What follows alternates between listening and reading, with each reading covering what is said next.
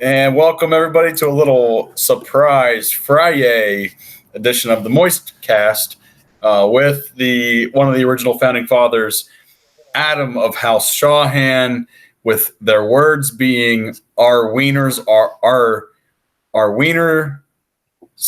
are long, but they're dogs. I'm trying to think of how I should say that. Happy to be here as always, my friend. We have one that is pregnant, which is Echo, with just one puppy, so that was quite the shocker. Nowhere near as big as the shocker from your video last night. Was just enough to make you want to go get a keg to drink by yourself, by all means. But yeah, we've got one puppy on the way. The other two girls did not take, so just one. We got a solo, and it's still better than Disney solo. Exactly, and I am Brandon of House Moist. What is wet is never dry. That is correct. Welcome to this FriYAY Game of Thrones talk. Hey, how's it going, man? Proper Jeremy or Proper Jenny there in the chat. Thanks for popping in and out. Good to see that you're here. Hope all is well, bud. But joining us tonight, as I said, is Superfan Adam Shawhan and myself, and maybe a couple other guests. But they are in a time zone across. Literally on the other side of the world, so we'll see if they get in. And last night I made I just basically did an impromptu live stream. I don't know how many people even watched it, but I just needed to vent about what's happened so far in Game of Thrones, and basically is what Adam just said prior to us going live. You sounded like you just got kicked in the nuts. And I'm like, yeah, that's pretty much how I feel with this season of Game of Thrones. And one thing I said like last night, I don't hate where it's going. I'm for the Mad Queen. I'm for all that. This is a big spoiler stream, I guess so, and potential leaks stream. We will talk leaks, but before we talk leaks, we will make sure we announce that. And because the leaks have been so far to a T, just like they were in season 7, so I read them to prepare myself, basically, but. You know, I don't hate where the show's going with the Mad Queen. I like that. I kind of always thought that. I mean, you know, going back to the books with some of the things with Daenerys and reading Fire and Blood, the history of the Targaryen family, it makes a lot of sense. So I think the Mad Queen is fine with me, but just Jon Snow, everything else that's happened has been so freaking rushed. That, you know, even with the Mad Queen, yeah, cool. I did not hate episode 5 as a visual spectacle and just as a blind, like I literally turned my brain off from the story and was just like, I'm just going to watch this. I know all the stuff that probably is going to happen or should happen or whatever. And I actually enjoyed it. But story-wise, I'm just like, this thing sucks because it was so rushed. And, some things with Jamie I didn't agree upon, you know, something I hope the books will flesh out, but you know, I don't hate where it's going just to establish that right away. What irks me is finding out that they had HBO saying we'll write you a blank check basically to do a full episode or a full season, give 10 episodes a season. I think it would still be a little rushed, but you could flesh out a lot more in 10 episodes. So that's kind of where I'm coming at from this. I was on board through the Battle of Winterfell. After the Battle of Winterfell, I was just like, that wasn't really that epic or whatever. Like it was epic, but like I wasn't like, I think that was a little talked up. And then with Arya killing the Night King or whatever, and then episode 4 happened, and then it just kind of went downhill from there. So, Adam, where are you coming at? All right. So I listened to last night's podcast that you had done, and like I said, it instantly felt like, I just got kicked in the balls because I didn't listen to any spoilers or anything. That's what you're there for. And, I have to agree with you. The way they've rushed through this, it makes no sense. If I can tell you, I'm going to give you 10 seasons, no problem. We will let you do 10 seasons. We will let you do 10 episodes a season. We'll write the check. Do what you want to do. Now we're going to do it in 6. We're going to rush everything so it makes no sense. and 7 episodes like they did last season. Yeah. And to me, even with the 7 episodes last season, they didn't do shit in like the first 4. They didn't feel like just 7, when the whole story was done, you felt like you got 10 episodes in that 7. At least I did.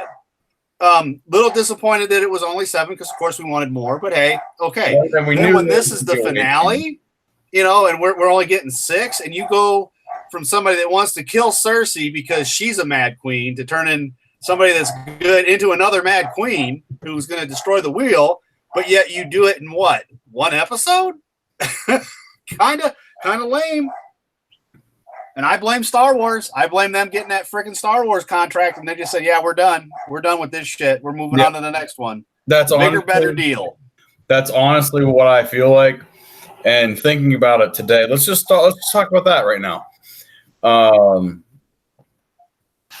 So they get, news comes out, about pretty much during season 7 that they're getting they're getting a Star Wars contract and they're going to do a trilogy. Because at that point, Game of Thrones hype, it was high then. It's higher now. And right now, just if I give a little pause, it's because I'm watching the Battle of the Bastards right now. So I needed some episodes to get me through this that are just damn good. So I put in the Blu-ray disc that has Winds of Winter and the Battle of Bastards on it. Just so 2 of the best episodes of the series, of the latter part of the series, especially. Really, the 2 shining gems of seasons 5 through 8 are those 2 episodes, I believe. But and the best part of Battle of the Bastards is that's when the last puppy came out. I'm sorry, it's funny. They came out during the Battle of the Bastards, and the sisters. The first one came out, and then the second one came out right as the dog was eating Ramsay. Shit, come on, man. I'm not making this shit up. That's what happened. It's, I sent you pictures of it. You saw what was playing in the background. So, it's just really funny that that's how the last 2 puppies came out, and those 2 sisters sold together, and they went to the same home. So that's even more cool.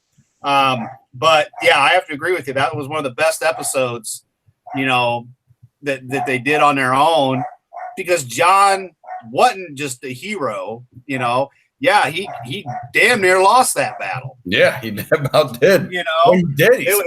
It was closing in on him, and he was getting suffocated. And Littlefinger saved him. Yeah, and his sister saved his ass. And Littlefinger. Yep. Littlefinger comes in for the save, and then Littlefinger gets his throat slit. I loved it. It was great. It was just like this whole episode is just like right now. Rickon just got killed. Which how they set that up was incredible. But just overall, I loved it. The setup, dude. This is the holy shit. Like I remember watching this live, and I was just like literally on the edge of my seat the whole freaking time. And I was in an apartment. I just moved to DC. I was in an apartment that I was living in for like the first 3 weeks before I got my own place. Everybody in there was just like, holy shit. One guy even threw his freaking beer across the room. Like, what? I think that's what they were trying to do with this other dragon getting killed out of nowhere. Yeah. But they're both like trying to redo what they did last season, And the thing is, Rickon getting killed fits perfectly within the story. Yeah. So it's like, okay, you have just pissed off the North. It's like, and Jon Snow is ready to go. You had just set up the Battle of Winterfell. Hey, man, Sansa warned him. It's not going to go the way you think it's going to go. And she wasn't wrong. Exactly. What is that? That's building on the plot. And what has not happened this season? Building on plots. No, not at all. I will give people, they won't argue Daenerys is going to be the Mad Queen. I'm going to say Daenerys because my cat's name, for those who don't know that are tuning in, my cat's name is Danny. She knows her name very well. And she right now is sleeping very cutely on my couch. She is cutely, is probably not a word, but she's sleeping. She's all cuddled up. And she knows her name. Like if I say Danny, she has woken up. So point point Dany. So now she's up from her slumber. So I will say Daenerys. I will give Daenerys the full name. Daenerys, the Mad Queen. The Mad Queen. I can tell you my cat is the mad. She's not a mad cat. She is I would give her Daenerys of House, resident of House Moist, lover of pets, eater of treats, sniffer of catnip, and cuddles of cuddles. I don't know. She licks the moist. She's a very cuddly cat. Moist. Yes, she's a very cuddly cat. One of the best. Oh my god! Right now I'm just watching it when Jon Snow unsheaths Longclaw, just throws the scabbard aside. Ugh. And you have the entire Bolton army going at him. Incredible. I love it. And then one of the most epic scenes of Game of Thrones, and boom, all the cavalry hits each other like crazy. There's madness, which is incredible. But so back to season 8. We know we're coming off the bells. The bells are, like I said, I think a visual spectacle. Watching Daenerys, like honestly, I was sitting there in my chair, like initial reaction, just because I hate Cersei, and to me, King's Landing feels like it's the elite or whatever of the kingdom. Yeah, I'm just like burn it. I was literally sitting in my chair. I'm like, burn it all, like just burn it down. Like I was pumped. I was ready for it. Like I wanted it. I'm like, burn it down. I have no sympathy whatsoever. I have zero sympathy watching that, because I also remember those are the same people rooting Ned Stark or whatever. But then I'm like, well, they probably didn't know any better. They're just like, we just want to see some nobleman get their head cut off or whatever. So then I'm just like, damn. Well, I kind of feel bad for saying that, but still, for some of them people, they're assholes. They deserved it. The women and children, though, they didn't deserve it. And one thing that the show did was show mostly, if you look at it again and rewatch it, it's mostly women and children and then Lannister soldiers being murdered. It's not, you got Aaron Rodgers having his cameo, he gets killed, which as a Vikings fan, I'm like, damn, you want to crack a collarbone on that screenshot, you can't play. Cool with me. But, and Bears fans probably thinking the same way. Lions fans might be, but I don't know about Lions fans. But sorry if you're a Lions fan. I'm sorry, Adam. I'm not. Are you a Lions fan? Nope. All good. We're good. So we're good. All right. Wife's from Minnesota. So, yep. But no, well, here's my problem with it. Okay, I see Daenerys' point of view. She's been betrayed by everybody, including Tyrion. He's saying the bells. No, really. I mean, technically, if she wants to say, like, in her point of view, Jon Snow betrayed her. But yep. Jon Snow was just given the truth bomb of a freaking lifetime. Yes, he was. And like, just think about it. Like, I'll let you continue on your point here, but like, think about it. The last, I'm listening to Ramsay before the battle started. Ramsay Bolton was saying, he kept calling him bastard, bastard, during their entire parlay conversation. And I'm just like, I wish in hindsight, like, John could just go back and say, I'm Aegon Targaryen, bitch. I'm the rightful heir to the throne. Fuck you. Oh, yeah. So, all right, so please continue. I'm sorry to interject. No, that's all good, man. But I understand her point of view. When you look at it, she's all alone. Okay, they kind of showed that even in the after they won at Winterfell, she's by herself more or less. I told you beginning from episode 1, I hope John doesn't tell her right away. You got the battle coming up, man. Don't say shit. But he did right away. Boom, blah blah blah. Diarrhea lips. He told her, yep. And okay, fine. We get to the battle. All right, battle's over. Well, that should have been at least 2 episodes, but it's not. Okay. Sure.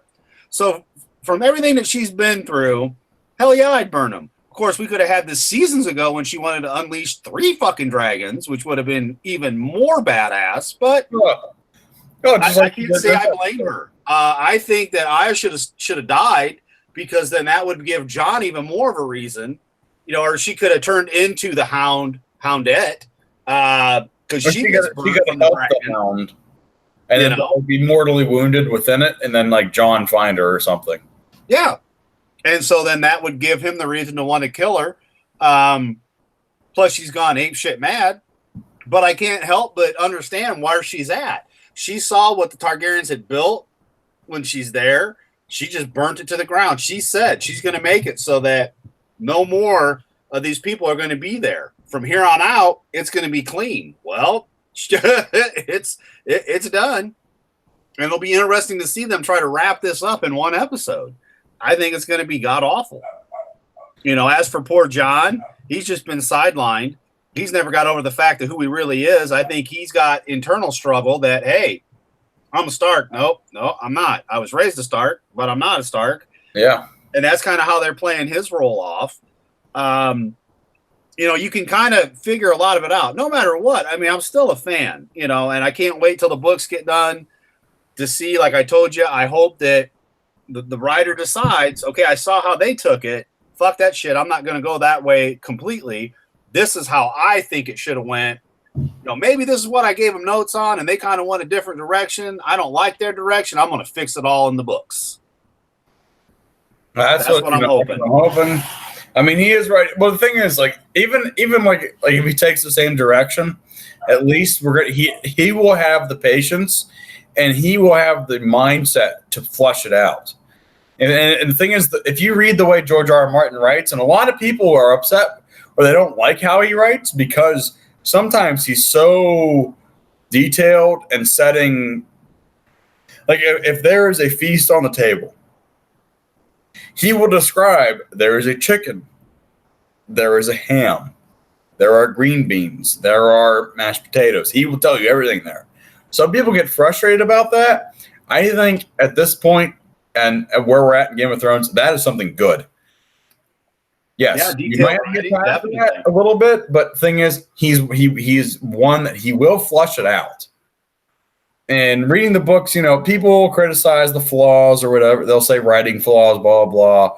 It's like, screw that. He's telling a story the best he can, and his mind is incredible. And like I said, I'm reading through Fire and Blood and The World of Ice and Fire right now. And I Fire and Blood gets a lot of criticism because it's just like, oh, why didn't he just publish Winds of Winter or whatever? He's writing the same thing, but I get why he did publish it first, because it technically for him would have been easier to write. It's just a year-to-year history, right? Whereas for Game of Thrones, referring to the books, A Song of Ice and Fire, you have just so many timelines or whatever. Where here he knows point A, point B. Or point A and point Z. Point A, Aegon's conquest. Point Z, the Mad King. That's it. That's it. That's the history of Targaryen family. That's where he needs to stop. Because we have Daenerys taken over, and we have Jon Snow, Aegon Targaryen, taken over in A Song of Ice and Fire. So I think, it's fine. It's easy for him to write. And, maybe for him it was kind of a release. Away from getting away from the whole show and whatnot. And like, what's the show built up? I think that it was a good release for him. And can I say that one of the most badass kills in all of this is Tormund killing Lord Karstark. Whenever he looks over at the Knights of the Vale coming over the hill, and then Tormund just reaches in and just rips his freaking jugular out with his teeth. Yes. Love it. But no, everything has just been so rushed. And George is going to flush this out in his books. That's the thing. Like, I'm not going to say George is going to. I believe that he will. We're hoping. And the fact that he did say on his blog, Winds of Winter is not done yet. That's okay. And the thing is, at this point, people are saying, oh, he's in bad health, blah, blah, blah. Screw it. Screw it. You know what? I have had members of my family that have, been alcoholics, they smoked or whatever, and they've lived long, prosperous lives until, late 80s or whatever. My grandpa, he's 88 right now, and I swear, he could get around wherever he wants to go. He still goes hunting.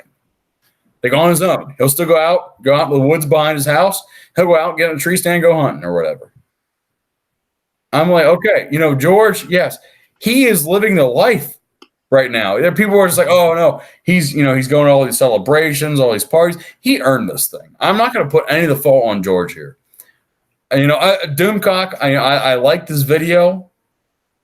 I liked everything that he said, but I'm not going to blame him. This is what put him on the map. And think about it. 1996. When did the books really become bestsellers? When the show really got going. And that was, 10 years ago? So he'd be in his 60s. This is his time to shine. It's like, I want him to take, he earned this. And the thing is, we are enjoying what he created years later. This is something, this has been out since the mid-90s. And most of us are just now discovering it in the past 5, probably more likely the past 5 years. So this is something that I think, I like that he's taking advantage. He has all these media opportunities and stuff. Good. Take advantage of it. But I just really hope having his blog post talking about, basically just tearing down the rumor that he has it all finished and that HBO said don't release it. I like that he did that because it also shows that he has the integrity of saying, hey, this isn't finished yet, but I still care about it. Yeah. So I like that, but it's just like, I understand the George bashing, but I'm not going to, I'm always going to tweet out, be like, damn, I wish George had the books out right now. Whenever they finished the show, whenever they were writing the show in the beginning, he thought Winds of Winter would be done. But it wasn't, because all of the stuff happened with how popular the show became. So, and for faulting a writer who was exposed to a limited fantasy audience to being exposed to a freaking mass audience, I think it's wrong to fault him. And, I think it'd be like George Lucas being like, oh, shit, well, I just wrote a good thing. Well, actually, no, I'm going to throw that George Lucas analogy out because he did take a long break. So, never mind. Forget the George Lucas analogy. But you see what I mean, though. Like, yeah. Oh my, that's my take on Germ, I guess is the quick way to say it. Instead of saying George R. R. Martin, we'll say Germ. But I think I have no problems with where he's at. Like, I have no problems with it. And, and the thing is, if he does pass, I hope it doesn't. Knock on wood. I hope that he does not pass before he finishes A Dream of Spring. I believe that reading The World of Ice and Fire, he published with the two of his good friends that basically keep track of everything for him because of how big these stories get. I believe that they could write a good finish for him if he so desires it. Right. But the problem is, I hope he desires an ending to happen. Yeah, I'm with you there, because that's what I'm worried about is with the negative amount of publicity that's out there now and people that are just so angry, he just might be like, fuck this. Well, I don't think it not much. Yes, there are the assholes that are saying, oh, George, if you just finish the books or whatever. I believe there are more people that are just saying that it's okay with the story. It's just so rushed.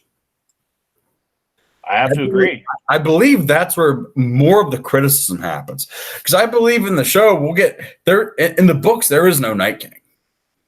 Night King's not a thing. But in the books, I believe that the whole war with the White Walkers will be flushed out a lot more. And I believe that the whole what's going on in King's Landing right now and with the Game of Thrones will be flushed out so much more. And true fans. And I think George really cares about the true fans, not just the layman ones that are going to tune in and be like, oh, yeah, that sucked or whatever, blah, blah, blah. The ones that are really vested in, like us, like we're reading the books, even if you don't read the books, you're reading the synopsis, you're just interested in it. You're like, you want more out of it. You want more out of the series. I believe that,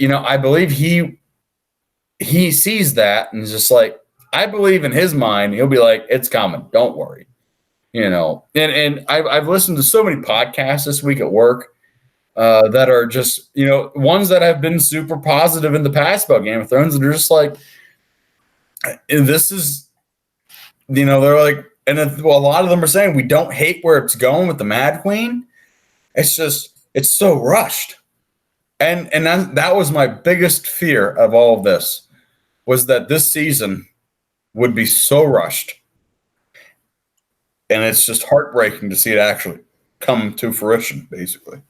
You and I talked about that too. I mean, pre it even coming out, that, that was one of the things I was worried about, was that's what was going to happen. They were going to turn around and, kind of screw us. And that's kind of what they did.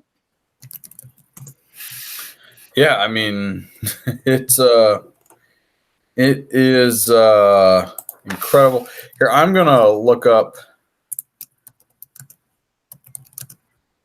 Give me a second here, folks. I'm gonna look up the Game of Thrones petition on change.org. If you guys have not found, no, I gotta find it here. I'll find it here. Game of Thrones.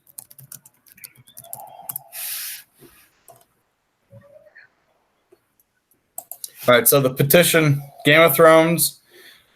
Holy fuck. Okay, so as many of you might know, there is a petition going around right now on change.org.com. That the petition is titled "Remake Game of Thrones Season 8 with Competent Writers." And so earlier today, there was about 500,000 people that signed this petition. And if the creators of the petition, if you look on their social media, they say, we do not expect a remake of Game of Thrones Season 8.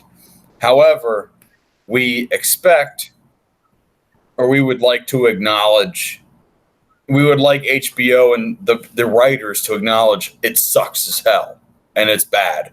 It's like you've destroyed our franchise. Everything, something the whole freaking world loves. So let me tell you what the live count is right now. This is before, and last night, if you listen to my leak stream, this is before this happens. The leak stream will probably double this amount. And right now, the live petition count, I'm going to refresh my browser. We are at 901,643 people, 50 people that have signed. We are at almost 1 million people. Do you know how many actual, legitimate petitions are out there that can't get that? It's sad. I mean, this is a TV show. This is a book. This is a TV show. This is just a story. But if this does not send a message to future creators out there, to Star Wars, to freaking Marvel, DC, everybody, that the fans freaking care. Honestly, The Last Jedi was split. I feel like this is where people will be like, no, the fans will freaking make a difference.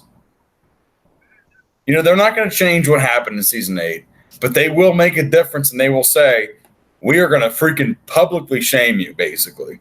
And the fact that DB Weiss and Benioff both said their plans for the series finale was they were going to go to an undisclosed location and just get drunk out of their minds and stay away from the internet. That's enough to tell you right now it's going to suck. It's going to be terrible. And that's going to be something. How could it not be? It would be something that would be okay. Oh, if you took the money, if you took the freaking blank check that Game of Thrones, that HBO was going to write you to do a full season, instead of taking 2 years of hiatus for this bullshit, if you'd have taken that check to do just a full season regularly, you could have flushed out these character arcs. You could have flushed out everything. Everything wouldn't be so rushed. We wouldn't have just had the Mad Queen, boom. It'd be fine. that just right there tells me basically you're going to try to drink your sorrows away, but man, I tell you, better stay away from the internet. And by the way, wait a year and a half. Star Wars. I will not put a penny of my money ever to anything again that has D.B. Weiss and Benioff on it. Nope. No, it's pathetic. I mean, I just don't think they knew what to do with it. And as soon as they got their bigger, better deal, they just said, "All right, let's just get this shit done. We're done." But I will try to give them the little bit of benefit of the doubt. They were given plot points, how to get to here, and here, whatever. And the thing is, George R. R. Martin and Benioff and Weiss are two different types of writers. I will give them the benefit of the doubt. But it just feels like this season was just like boom, boom, boom, boom, boom. And you have the actor who plays Euron Greyjoy basically saying to the Entertainment Weekly, I am a plot point. I'm just a plot, whatever moves the plot along.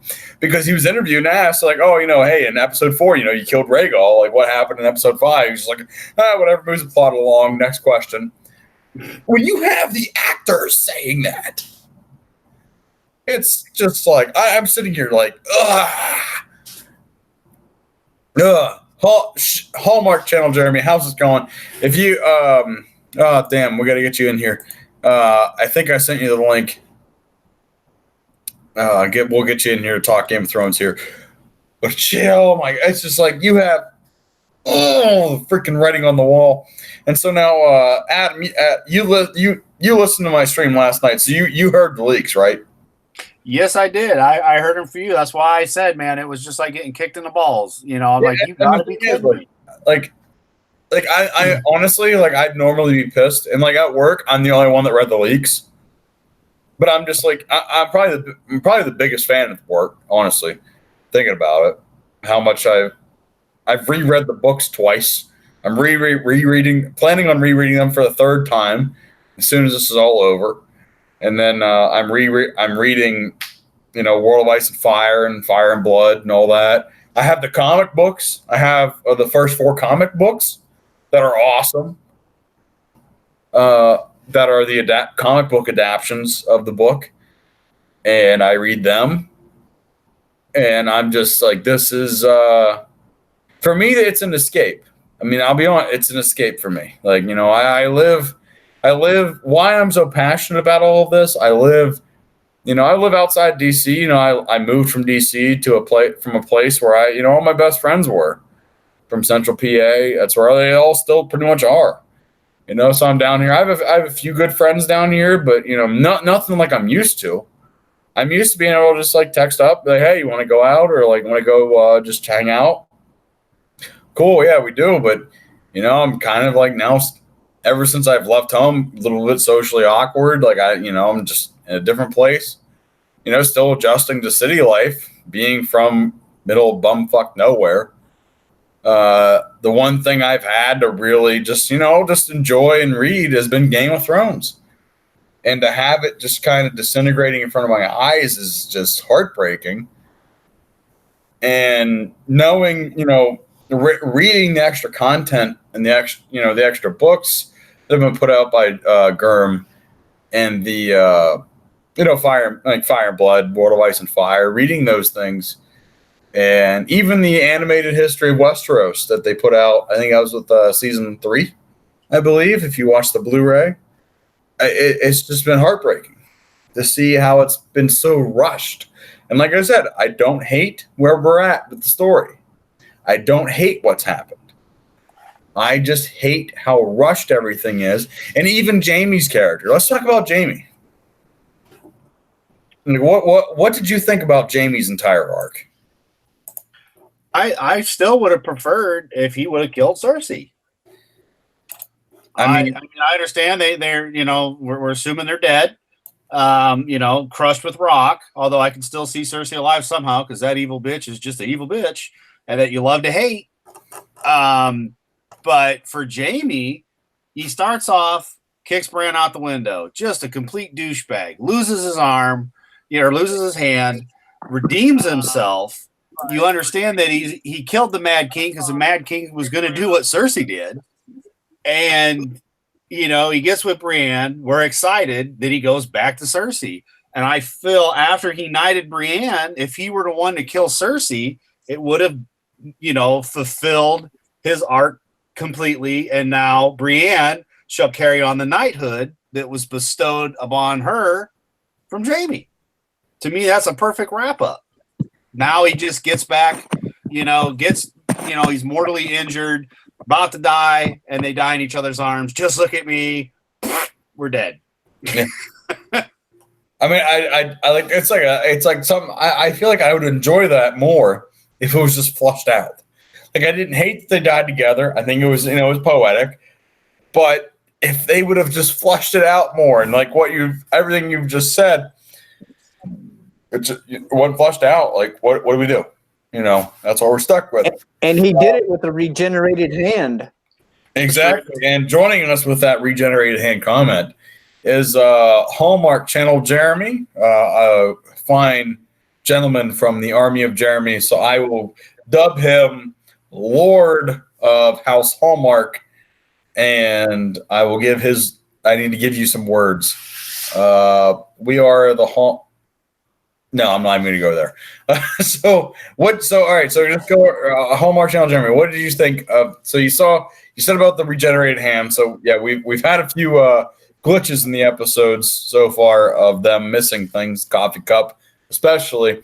But just going to Jaime and Jaime's entire character. I know you've been catching up. You've watched the series. You've been catching up to the series, and Superfan was kind enough to give you his HBO. What do you think of the ending of Jaime's character? Well, it was definitely a crushing experience. Boom.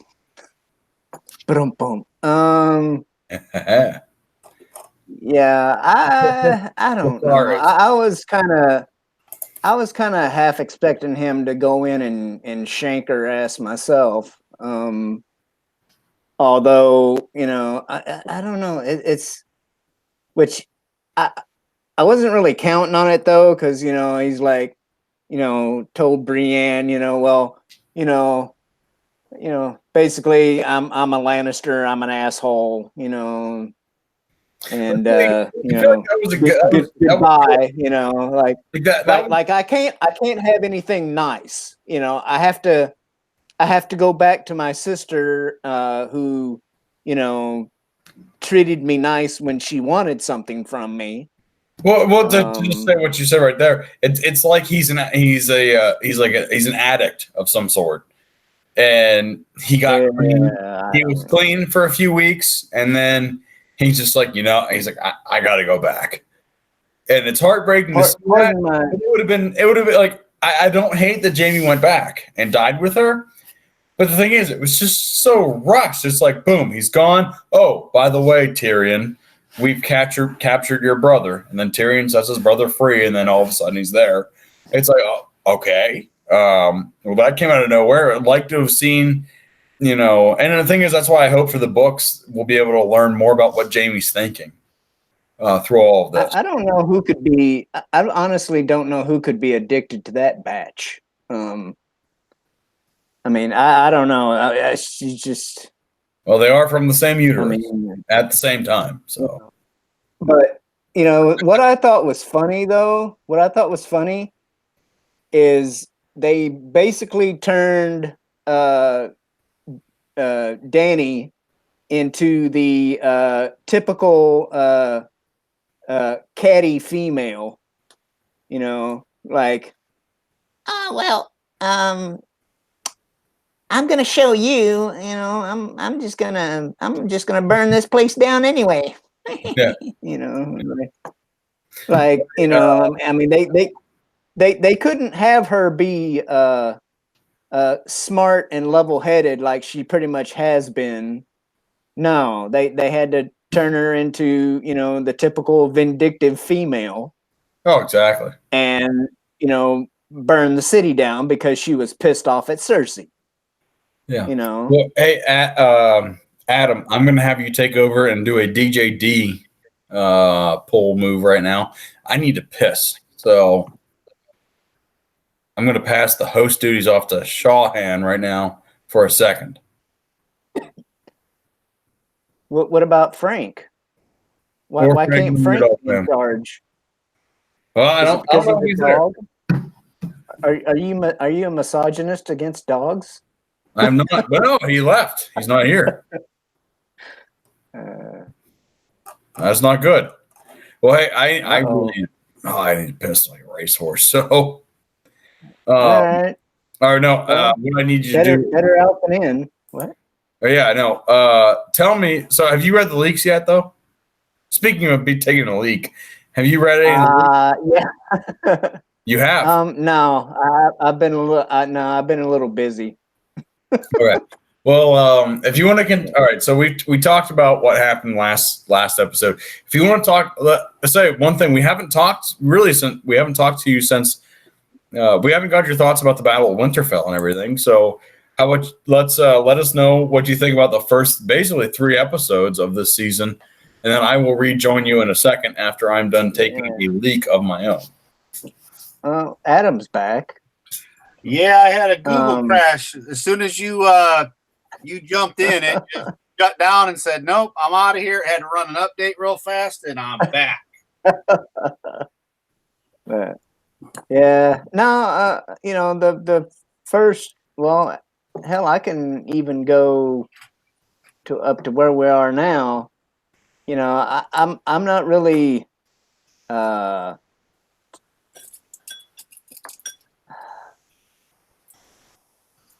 Mad or whatever, like some people are, but there are been times of being underwhelmed or thinking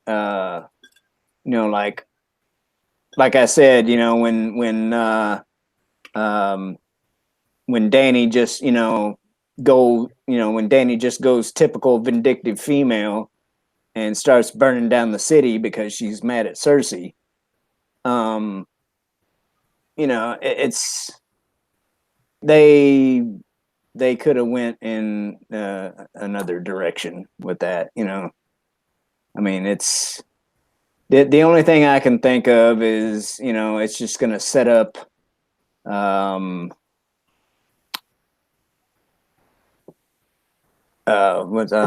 motivation, I guess, for Jon Snow to want to take the Iron Throne away from her.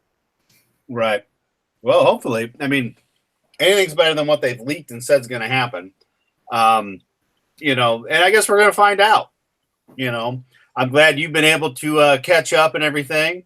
It's really awesome that HBO works the way it does with the technology of today. Right. So, yeah. It's definitely better than paying DirecTV almost $20 a month for something you can get an app for and watch and share with your friends, and they can watch. And that's so. Yeah. It was an honor again, my friend, to let you go ahead and do that. You are a veteran, and as you know, a lot of my family members were as too. So of course, thank you for your service, and I'm glad that that's one small little thing that I could do for a friend to let you catch up and enjoy anything else that's on there for the next couple months, by all means. Well, and I definitely damn touch screen. My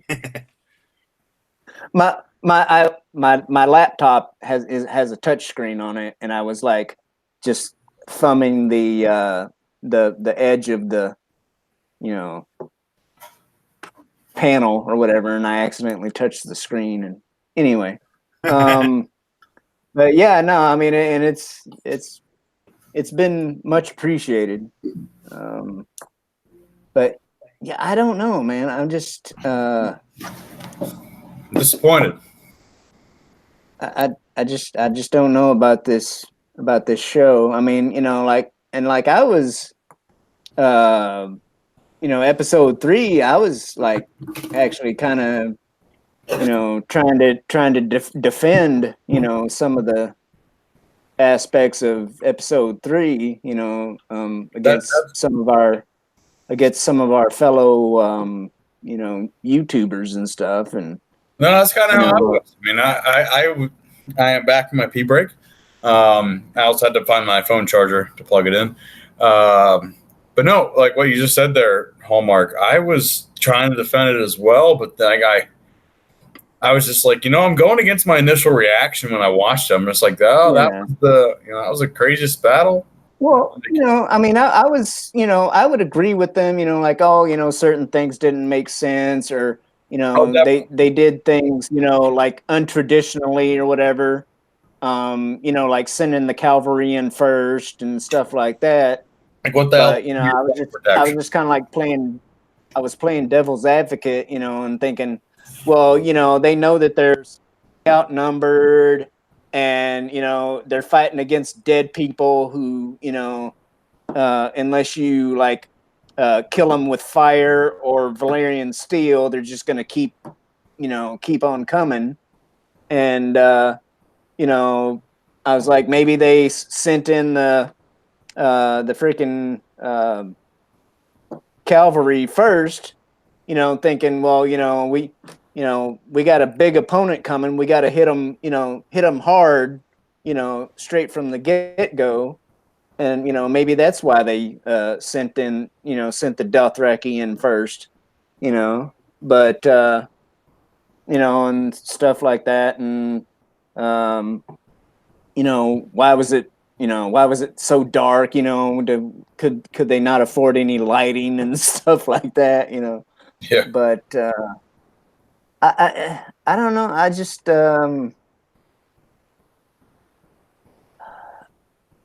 a couple of things that I've seen on YouTube, little snippet videos and stuff. It almost seems like the cast is. They do not like it. They're just pissed off or disappointed as a lot of the fans are. Yeah. Well, as I say, Conleth Hill, who plays Varys, said that he would change a lot of things the last few seasons. And then you have Peter Dinklage saying, they're the D.B. Weiss their greatest showrunners ever. Something like that. You guys are in for it. Well, you have Gwendolyn Christie. She was just like, she said she had to take a walk after she heard what happened with Brienne and Jamie. Apparently that might be the last we see of Brienne Tarth. Her crying in the darkness because Jamie leaves. That might be the end. Yeah. And she said she had a lot of questions for Weiss and Benioff. Right. And then you also have shit, I'm losing it here. Yeah. Well, I mean, you have the whole interviews with Emilia Clarke on Entertainment Weekly or whatever, and Kit Harington being like, disappointing, and then, oh no, it's epic. And then you have Emilia Clarke being like, best season ever, like sarcastically. So it's like they know. And the thing is, one thing I will say about this season, I do not fault any of the actors. I think the acting in this season, given with what they have to work with, I think the acting is some of the best that we've seen, especially because Emilia Clarke sometimes has had, like, it seems like struggling with some of the emotional scenes.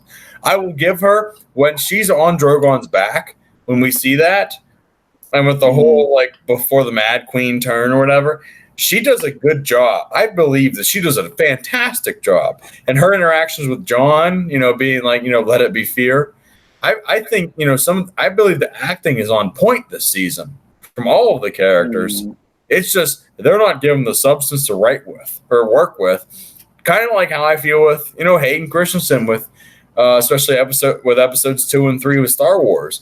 I believe that if he was given more substance or just like more character direction, stuff like that, he would have had a phenomenal performance. And what we're seeing now is, these characters, they are making best with what making do with what they have, basically. Yeah. Well, not to go off on a tangent with Star Wars, but apparently George Lucas said that Hayden Christensen acted exactly the way that he wanted, Anakin to be or whatever. But and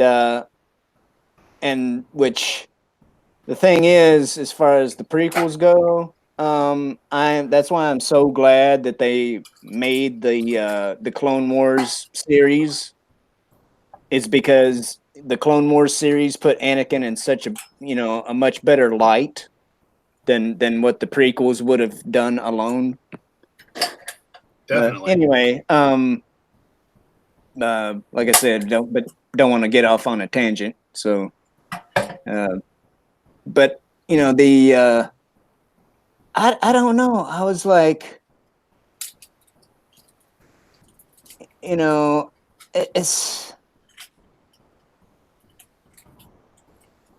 it's just, I don't know, disappointing, I guess, that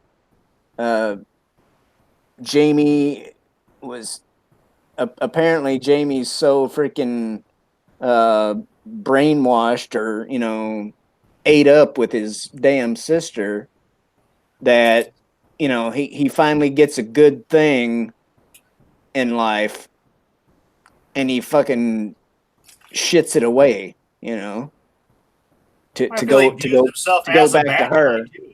No matter what he does, he's been in love with his sister, and he's a piece of shit. Even though he saved everybody in King's Landing by killing the Mad King, no matter what, when he looks in the mirror, when he lost that hand, now he's half a man, but now he's half a man that's still a piece of shit who feels cannot be redeemed. And the only thing that brings him happiness is Cersei. But I don't, and the fact that they ran off, or he ran off with her instead of letting her face off with Danny, but who knows? Maybe they'll be like, oh, they both survived. It's a miracle. Well, if we're going off the leaks, and they're also their social media posts, they basically confirm they're dead. Because both Nikolai Coster-Waldau and Lena Headey have posted, like, oh, it was such an honor to play, blah, blah, blah, or whatever. And so, R.I.P. Jamie and Cersei. Now, you have not read the leaks yet? No. Okay. Now, Adam listened to my stream last night where I gave the leaks of what will likely happen. And so both him and I know the leaks have been spot on the past 2 episodes. So I'm kind of glad they have been to prepare myself. But going off of, so you haven't read them yet. So this is good. We're not going to, I don't want to spoil it for you. I don't want to spoil it. Honestly, I don't think you can. Statement there. But no, so what, tell me your ambition of the Iron Throne. Like, what happens to it? Does it survive? Who sits on it? Does anybody sit on it? Like, what is your ideal ending? Well, I can envision John just going off on her and basically freaking shanking her. Just going on. Honestly, who wins the Game of Thrones? I don't know. I mean, like I said, after the siege of King's Landing, I honestly think that, I mean, if it was me and that shit happened to me, I'd be like, I think I've kind of changed my mind about wanting to be king. Yep. So that's what I'm thinking. I'm thinking, he's gonna fucking be like, Aunt auntie, whatever, you got to go. Yeah. No, I can tell you that. Yeah.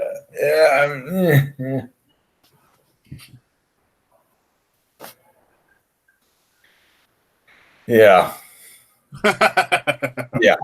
I mean, allegedly, rumor has it. Do you want the leaks right now?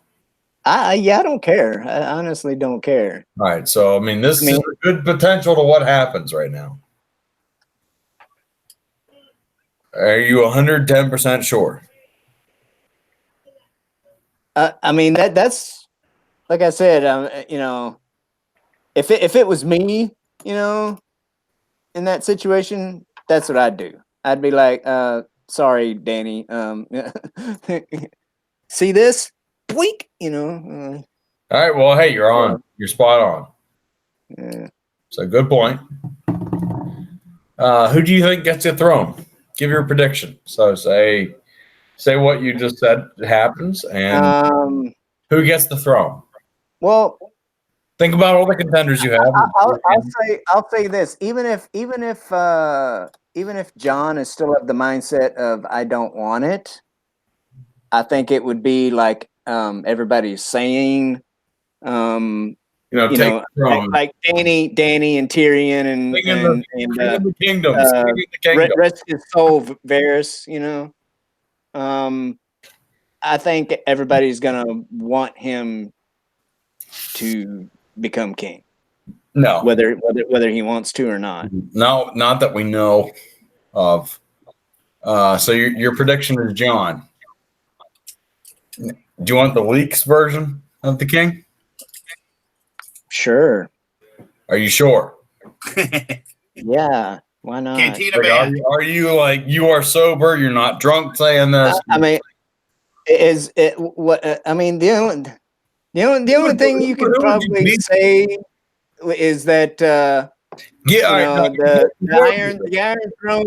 Iron Throne now has a couple of more steps in front of it, so the person can sit on it. Oh my god! So who would that person be? Everybody's favorite dwarf. Based off the leaks, that was a good description, though. Holy shit! Because and the reason I say that is because other stuff that I've heard about Tyrion being a bastard son of Aerys, Mad King, Aerys second, or somebody, Aerys, like he's Aerys really a Targaryen, Yeah. Adam, do we want to say it or not? Cantina Band, man. Cantina Band. Cantina Band. We got. They can do it. They shall do it. I mean, I honestly don't got 2 days to wait and find out. He says he's down, so let's give him the spoilers. All right. So, do you really want it? I mean that's been some long time rumors. That is the rumor that I've heard. We have basically confirmed spoilers. Yeah. So if you want the confirmed spoilers, I will tell you who sits on the throne. Yeah. But I mean, I wouldn't mind. I'd say, if it's not John. Here we go. Let's not John. I wouldn't mind Tyrion. I wouldn't mind Tyrion because here's the thing. Hallmark. Before you go into who you'd like, give us a ranking of your top five and why, and then based off of Shawhan and I's reaction, we won't give you the spoiler, but we will just kind of hint towards it. We won't say how we get there, but your top five, rank them. If you hear no reaction by us, then we're just be like, okay, cool. But then if you hear a reaction by us, as in like a chuckle or just like a oh shit, then potential spoiler. So give us your top 5. Well, I'm gonna rule out Arya because after Gendry, bless his heart, down on one knee and asked for her hand, she turned him down because she's like, I'm not a lady. That's not my style or whatever. So, I mean, if she doesn't want to be the lady of what is it, Stormborn or then why would she want to be king of the whole damn kit and caboodle? So I'll rule Arya out. Well, no, give us your top 5. Who do you want to be the king? Let's see. Varys is dead. So Varys and also, Adam, if you can send Mr. Peabody a link to get in here, that'd be awesome. I sure did. Let's see. All right. Well, John Tyrion. John. What's his actual name, please? Pardon?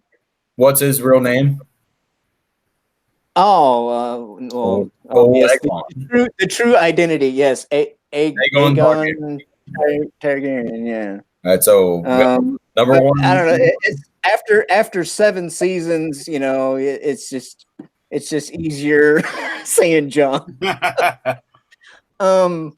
So freaking John Aegon Snow Targaryen. Tyrion, whether he Lannister or secret Targaryen himself. Man, who else is alive? Hey, Mr. There's not a lot of people left. I mean, I'd say Sansa, but she's Sansa. Sansa. No way, no. I don't really picture her though. Here we go. Let me introduce our. Top 2 is who we've been talking about. I don't know if I can go 5 or not. All right, so let me introduce here before we get going here. Mr. Peabody is joining us from the land down under, and he's joining myself, super fan of Shaw and Hallmark, and we are talking about who will get the Iron Throne. Now, 2 of us guaranteed here knows who probably more than likely is getting the Iron Throne because there are leaks. I have read the leaks, and Shawhan listened to my stream last night and pretty much learned what the leaks are, and they have been on to a T through the past 2 episodes, and I expect that they will be through this one. So we know who will probably get the throne, so we are putting people on the spot to say, what is 1 through 5? Who do you want to get the throne and why? Hallmark has given us his couple top 2 with John Sansa. So, and Arya is not going to get it. But Tyrion. I said Tyrion. Yeah, Tyrion. Yes, Tyrion. Yes, that was another one. So, Mr. Peabody and Hallmark, give us 2 more predictions of who you get the thrones. Who was that young guy that used to be the squire? That is it Baldric? Podrick, yes. Podrick. He should be on the throne. Honestly, he made the whores not pay for it. So. Yeah, well, yeah, he knows what he's doing with his rod, Mr. Peabody, not to interject too much, if you look carefully at episode 4 when they're having the big party, he does take 2 girls back to his room and has a threesome. That's cool. That's cool. So props to Podrick. If you're drinking, raise a glass of pod. That's what you call balancing your subjects, right? But he grew up as a squire. He was having to do work for everybody else, so he's going to be pretty good with the broom, cleaning up the fucking mess that's King's Landing. That's my thought on the subject. You need a janitor. There's nothing left. All right, so All right, so Hallmark, give us another prediction from you.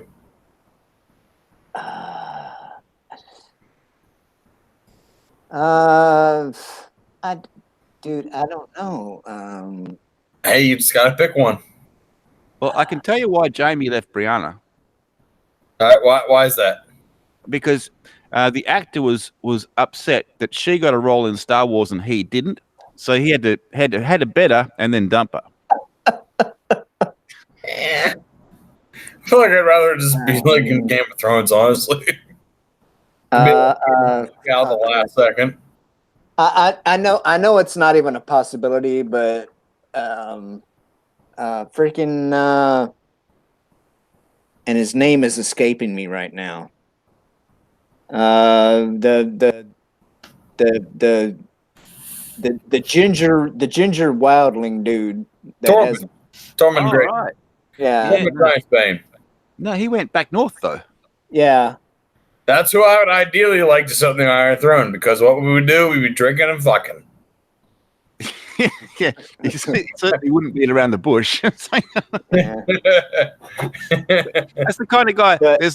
There's no conniving. There's no manipulating. He just goes in there, does it, and that's the way it happens. He wants to have a good time, and that's it.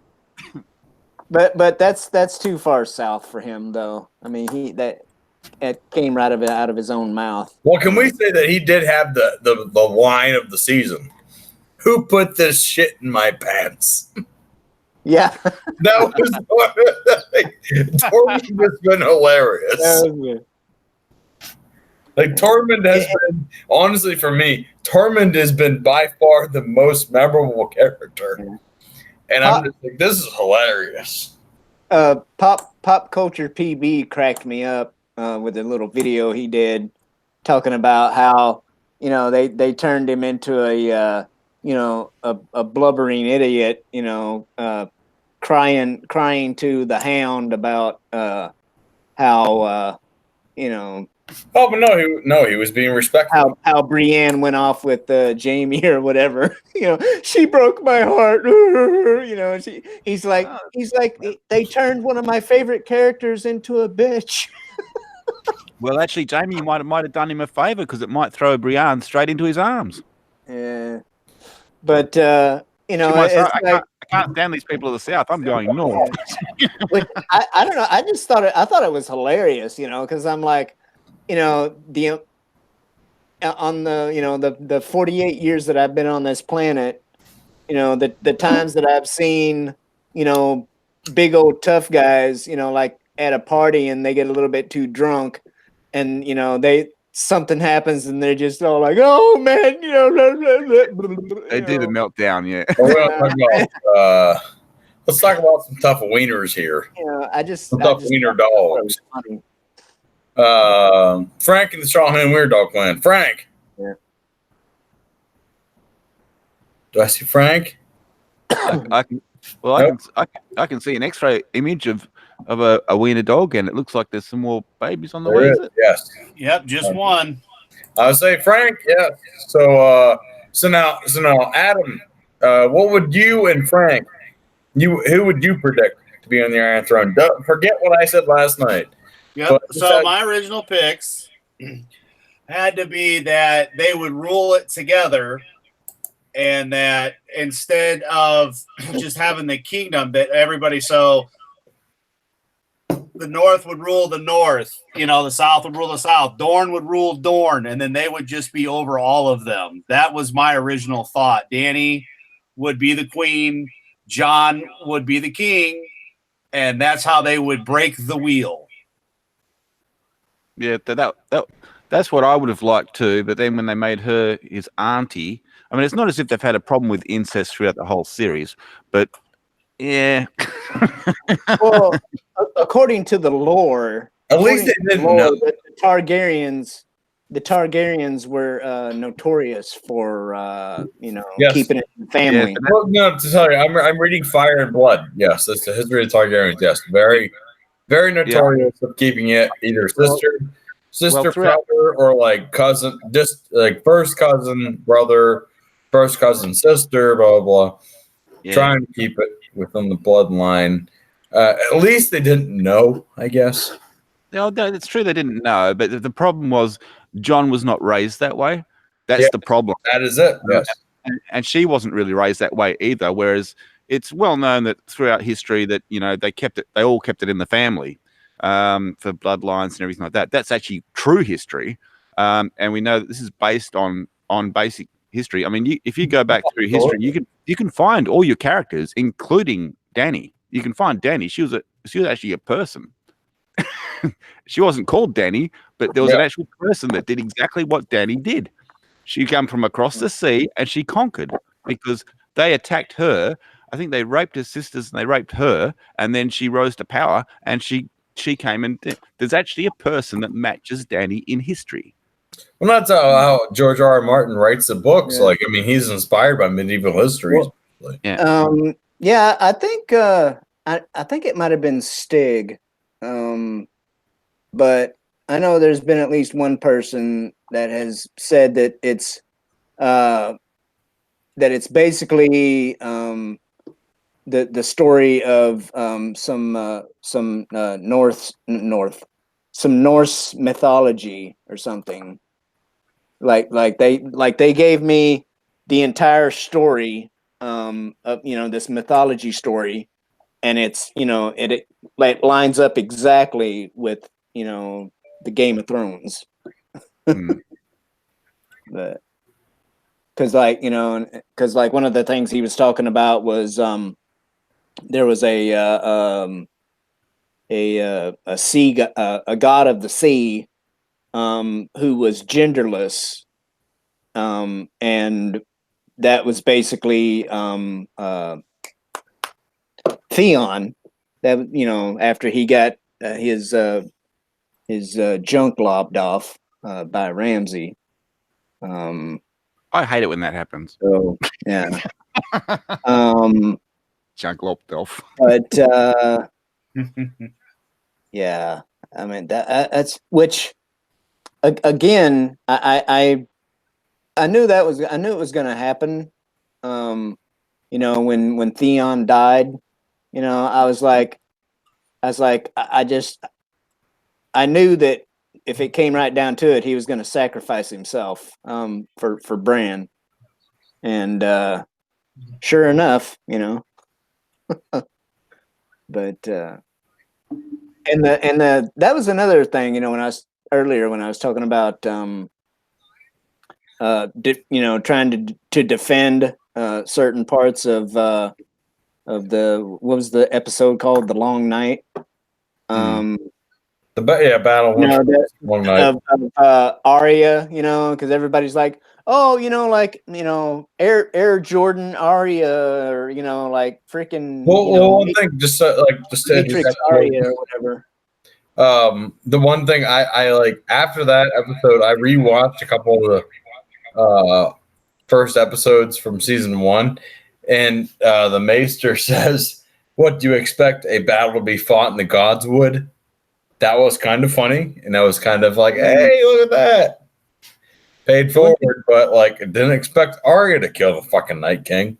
Well, I just wondering about one little point. I mean, I could be completely wrong. I haven't rewatched the episode where Arya kills the king, but she does that knife drop, right? Yeah. Isn't that the blade that she handed to Sansa? Yeah, and that was also the blade that was supposed to kill Bran Stark. Yeah, it's like is that the blade she used, or did she move to a glass blade? Because it was she handed that blade. Yeah, it was a steel blade. Yeah, no, it was the same blade. It's Valyrian steel, though. Yeah, I know, I understand that, but it's like she handed that to Sansa. Well, no.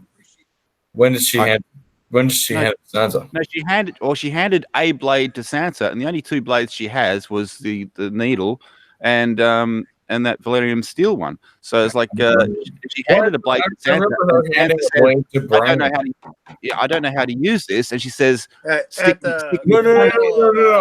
see what you mean. You're saying no. It was Bran. She handed the blade to Bran, and Bran said he didn't know how to use it, and he gave it back to her. Yeah. Well, he said, I don't have any use for it. Yeah, he's like, I don't have any use for it. No, it was Bran, not Sansa. Well, So you're on the right track there. No, it's Bran, not San. It's Bran, not Sansa. well, I know Sansa ended up with a knife. Yeah. She had a knife. Yeah, Peabody, that was at the Battle of Winterfell when Arya gave her one when she went down to the keep. Yes, but it wasn't that one. But no, she did go down to the keep with the knife, and her and the dwarf were down there. They both had knives, and they looked at each other as like, "Oh, we're going to have to do something here." But they both had knives. I don't know. It wasn't that one though. I could, yeah, okay. I could be. Yeah, it was probably just one remembering. that they made out of dragon glass. Yeah. Well, as I said, I wasn't sure because the one that she used to kill the Night King was from the one that was supposed to assassinate Bran. That was given from Littlefinger. That was made of Valyrian steel. And I have to say, with the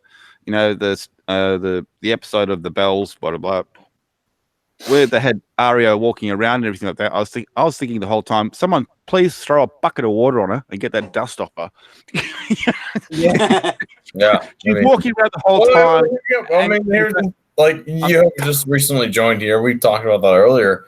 What were your thoughts about the Battle of the Bell, or the Battle of King's Landing and the episode of the Bells? Like, give us your hot takes. Give us your hot takes. What do you think of it? Well, the fact is like, she used the dragon to take out the fleet. I understood that. She used the dragon. I mean, the problem is the way she did it, the way she came in. If you want to take out ships that have got scorpions on them, you don't go from the front, you go from the back, because you go from the back, they have to shoot their own masts. So it's like you come from the back. So the way she did it, I mean, the way they showed it is like she came out of the sun and they didn't see her. But I mean, like, eventually they did see her. So the chances of them firing all those scorpions, one of them's going to hit her. Also, all the ones on the wall, notice all those scorpions were pointing the wrong way, and the dragon came in from the other side. It's like you wouldn't do that as a defensive thing. You'd have them pointing in different directions just in case, because if you don't know where the dragon is, you'd have them all pointing in different directions. Now, granted, they didn't have like walkie-talkies and they couldn't do that shit. But anyway, let's go on further. So anyway, they take out the gates. The army storms in, and then you've got a mishmash of who's there, right? So you've got, Dany's troops and the Unsullied, and then you've got all the troops of King's Landing and the mercenaries and all that shit, and you've got all the pedestrians, and they're all mixed in together. And then Dany goes and trashes the whole lot, not knowing who she's hitting. It's like she just completely lost it. It's like, oh fuck it, I don't want this anymore. I'm just going to kill the place. So that's where I was coming from when I was watching it. I was thinking she doesn't know who she's hitting. She doesn't know if they're just civilians or if they're one army or her army. She doesn't know, and she's just hitting them all. Well, that's what I said. When they just basically turned her into the typical vindictive female because she's pissed off at Cersei.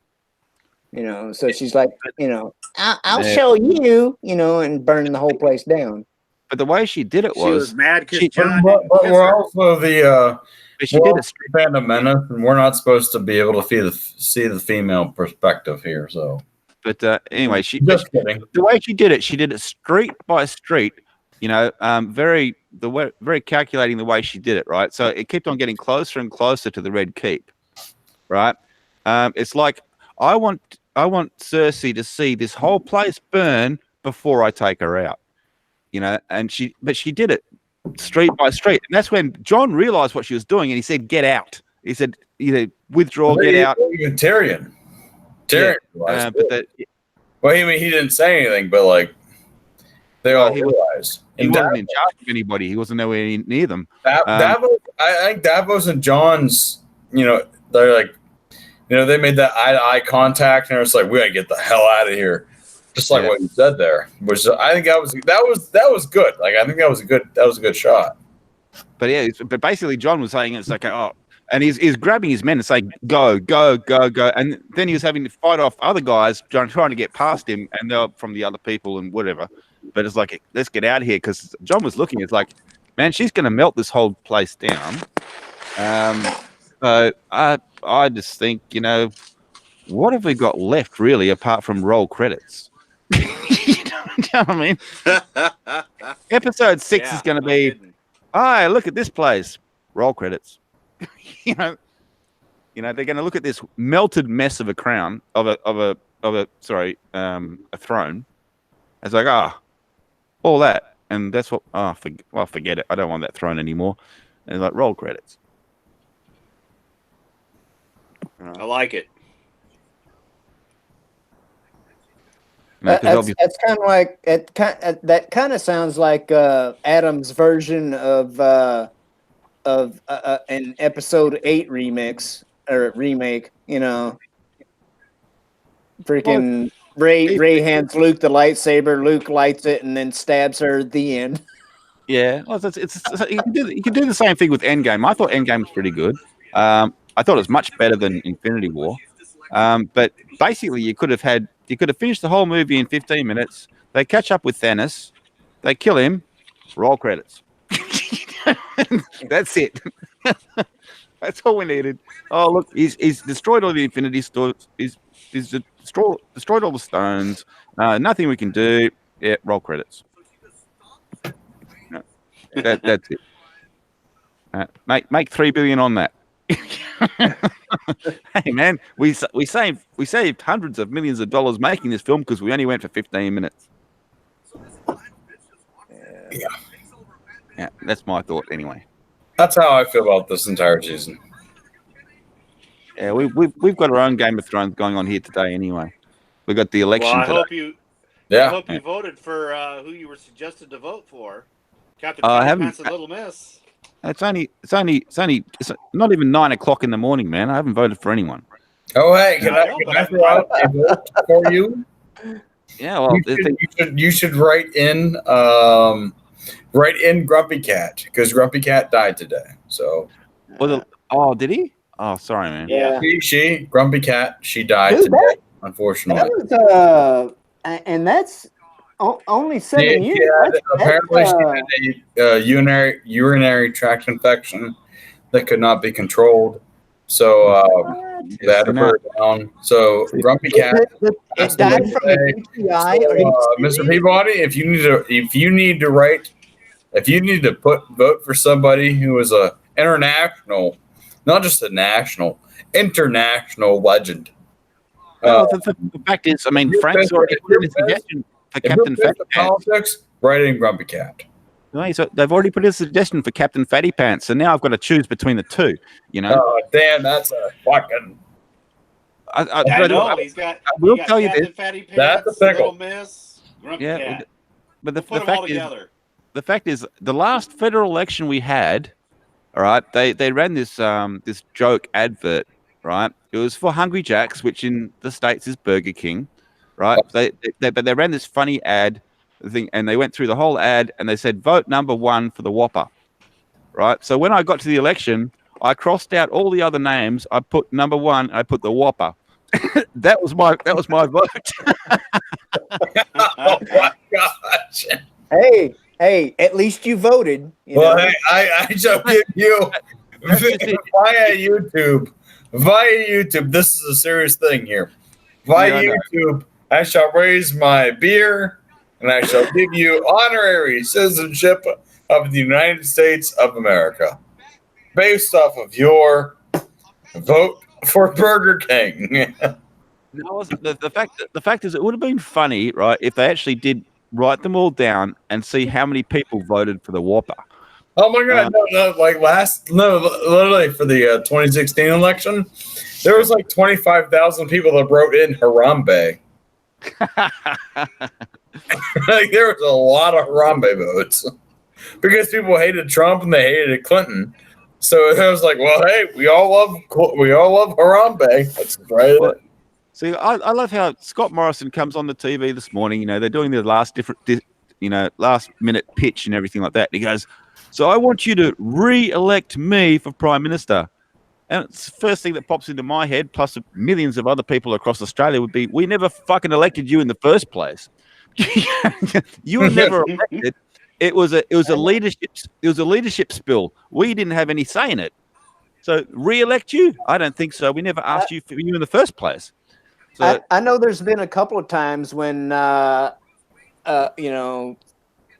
especially during presidential elections, there's been at least a couple of times where I thought about writing in Ted Nugent, but that's not a bad choice, Ted Nugent. Well, as I said, dude, I would honestly, I would vote for Uncle Ted in a heartbeat. But well, he's gone now. But what was that comedian? He would have been perfect. George Carlin. He would have been perfect. I like Chris Farley would be a good person. But the bastard had to go ahead and die. So it's like, but no, if he would have run for president, everybody would have voted for him. The only way I would vote for Chris Farley, well, I mean, obviously you can't now, but I mean, would be he would have to run his entire election as Matt Foley, the motivational speaker. It's like, my name is Matt Foley, and I am a motivational speaker. I live in a van down by the river. I am divorced, and I live in a van down by the river. Down by the riverside, down by the riverside. I live in a van down by the riverside. You could have his whole election song and everything. Oh, hey, look over there. You raised Bill Shakespeare. Well, here's you. Here's Matt. Here's me. Here's you. Breaks the table. My God, I love fucking Chris Farley. Holy shnikes. Are you telling me? I can't go and vote at the moment anyway because Dan got another car and it's blocking me in. So until he moves that car, I can't go vote. I've got to go down to the local, primary school, and I've got to put my little bag up on the hook. I'm actually unmute. And I got to walk in and say, "Excuse me, miss, can I go toilet?" I'm going to unmute myself here. This is going to get loud. This is the Adam Sandler tribute to Chris Farley. All right, guys. I don't know if it's going to get loud or not, but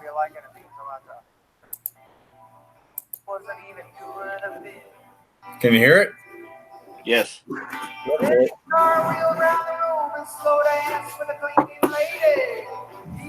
Good sound? Not really. No. I'm talking about my friend Chris Farley.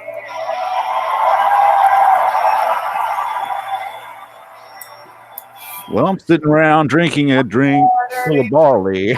Any sound? Whether you was the bumblebee girl or living in a van down by the river. He loved the bears and did the dance at Chippendales with Swayze when they replaced the song. Yeah. He went fucking crazy. Did you hear it? You can see a scout girl and me loaf in the van. Without him there'd be no lunch lady. Lunch lady land. Oh, I'm thinking about my boy Chris Farley. Yeah, the Chippendales bit was like one of my favorites. Oh.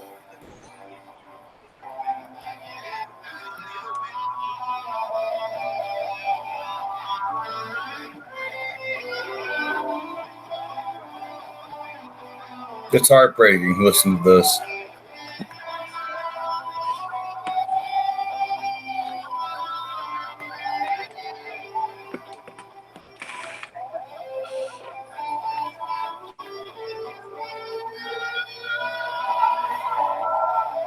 Now, I know Adam can play guitar, but is that him? That is him, yes. Wow. He is playing it because it's his best friend. Yeah. Well, Adam can shred a little bit more than I thought. He's talking about his boy Chris Farley.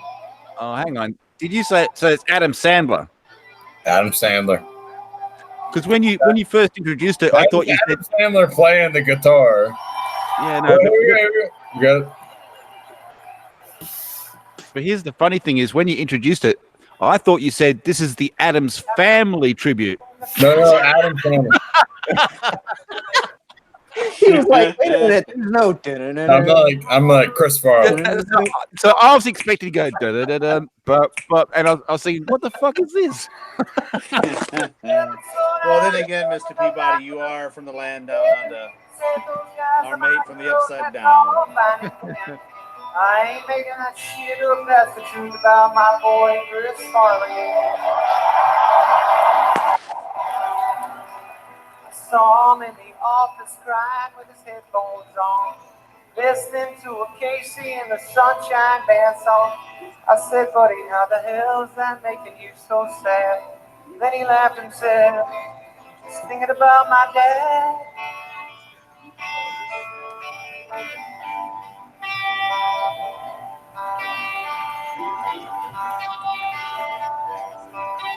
The last big hang we had was at City Meadows wedding party. Laughed our balls off all night long, all because of Farley. But a few months apart came to an end. We flew out to Madison to bury our friend. Nothing was harder than saying goodbye since watching Chris's father of his church cry.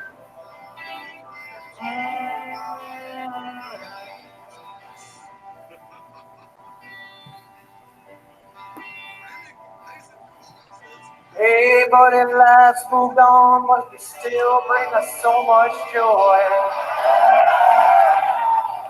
Make my kids laugh with your YouTube clips, oh Tommy boy.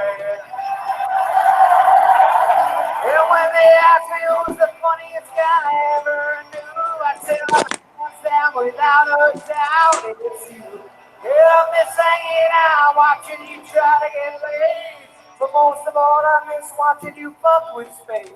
You're the nigga that you wanted, but I still wish you were here with me.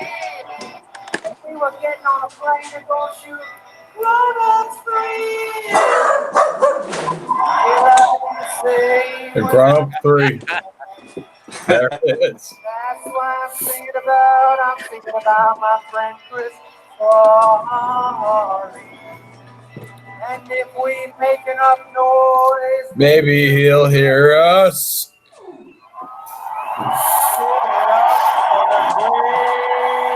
Fucking Chris Farley. Let's go.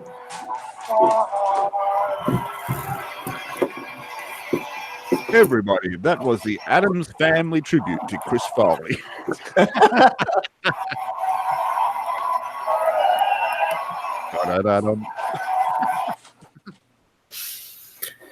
Fucking Chris Farley. Let's go.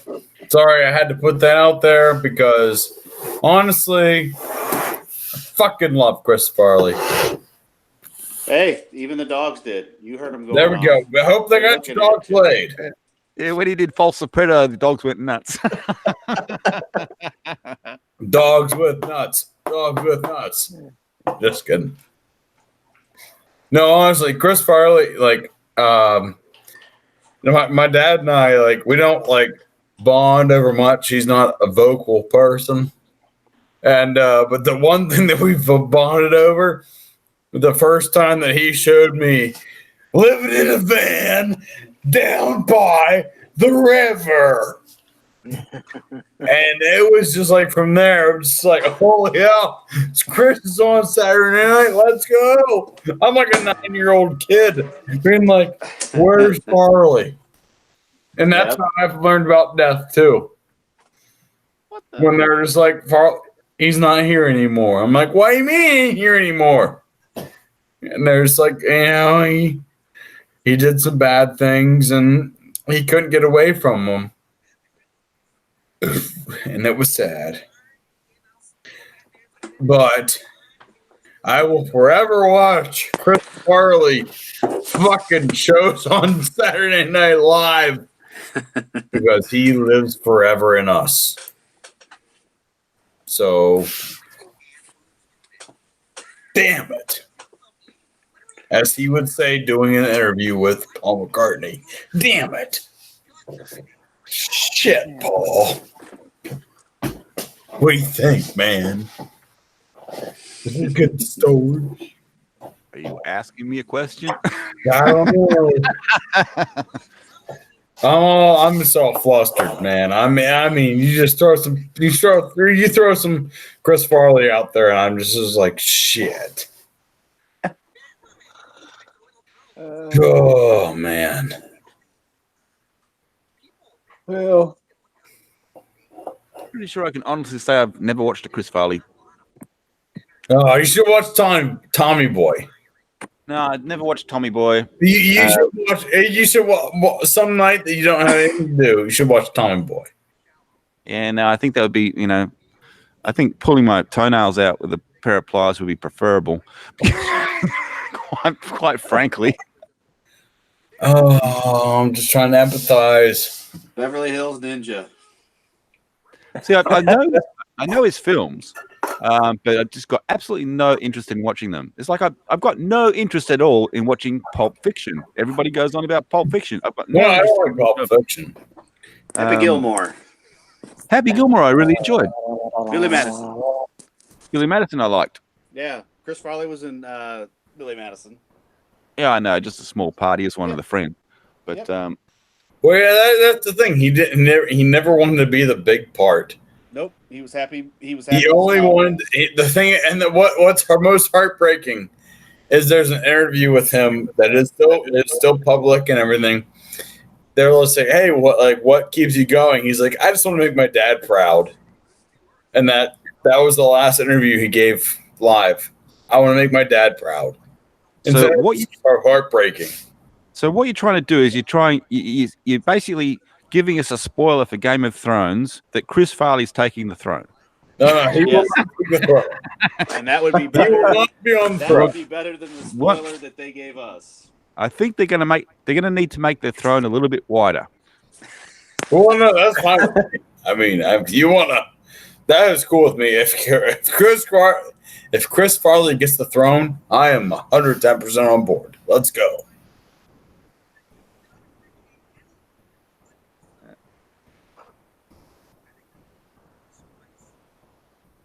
There you go. And Frank and the Shaw Hey Weird Dog fan, do you want? Would you like to see Chris Farley get the throne? Well, instead of adding more steps, it might need to be a little wider. But then again, the Mad King was kind of fat, so Farley might fit in it. And considering that he'd be a ghost, you're true, yeah. I was going to say, Robert Baratheon was. He was a big guy. What the smallest guy? He was not dainty. He was not the smallest man out there. Yeah. So yeah. Farley would be good. Not a problem. All right, so I guess I say I vote for Chris Farley to get the Iron Throne. Anybody else want to back me up here? Only well, if we're going that route, I would have to trump Chris Farley with John Belushi. Cantina Band. No, goddamn. And John Belushi's one of his heroes. Son of a bitch. Son of a bitch. I'm afraid, breaking news, it is the Cantina Band. Yep, because that's what people will be like, oh, John Belushi's your fan. Oh, he died at 33. Yeah, he's my hero. Son of a bitch. Well, I think I might end this live stream because we have been just everywhere. All fucking place here. But that's what makes it fun. I will end this live stream. We will keep it going on in the after hours here. But to thank all of the people that have popped in here, I will start with Hallmark Channel. Jeremy, give your channel a little bit of a shout out. and tell them what's up. Well, for anybody who may be watching and have not heard of me yet, it is Shellback TJC, aka Hallmark Channel Jeremy. Here on the YouTubes and in the Twitters. I haven't done a whole lot of stuff in the past month or so because, college. But who knows? Maybe I'll, maybe I won't take a whole another month in between videos. But yeah, I don't know. I don't really have anything planned, but so anything I put out will be, just like, random or spur of the moment or whatever you want to say. Well, and coming to you from the land down under with a lot of hot takes about Game of Thrones and pop culture, DC, MCU, you name it. Mr. Peabody has got it for you, and I will let myself take the sideline and let him take over. Yeah, my stuff is hodgepodge. I don't do much really. Hardly anybody watches it anyway. I only put it on there for my ma. Oh, I'm offended. I'm offended because we watch your videos. Why? Yeah, I know. It's like, but yeah, it's like those wieners all looking up to you. I look at the views, right, and I see like, there's like 10 videos I've put up in the last couple of weeks, and like there's a few of them have got no views whatsoever. so it's sort of getting a bit disheartened. But I don't care. It's like, the stuff. I always my mum gets onto me on Facebook and says, "Yes, I like that. I like that." It's like, yeah, all right, you're the only one. Come to think of it, I'm trying to remember the last time I actually got like a notification of yours. But well, yeah, I'll probably they've dropped off because it's like the YouTube probably looks at my channel and think, "Oh, this guy's a nobody. He doesn't need notifications." Give it to somebody who's important.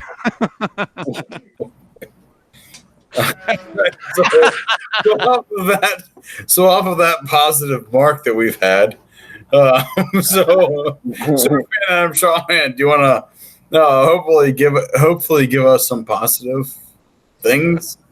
I guess. You guess? Well, since he's not here, I, Frank, and the Shawhan Wiener Dog Clan shall. I am here just to expose everyone to my wiener. Dogs, running, playing, having fun.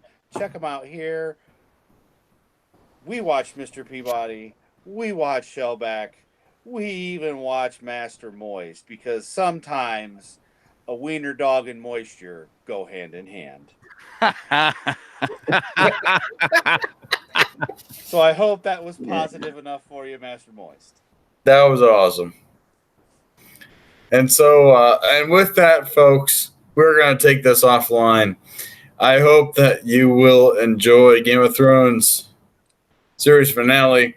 That's optimistic of you. Very optimistic. Very optimistic. I will be having a pre-show live stream on my channel once again, as I did last week with Superfan Adam Shawhan and with special guests, potentially maybe Mr. Peabody, Hallmark Channel Jeremy. I will have a pre-show stream, and we will see where it goes from there. So with that, I hope you guys have a happy FriYAY and just enjoy that where we've come from with Game of Thrones. So I will see you guys. The night is dark and full of terrors, but wait, the night is dark and not so full of terrors right now.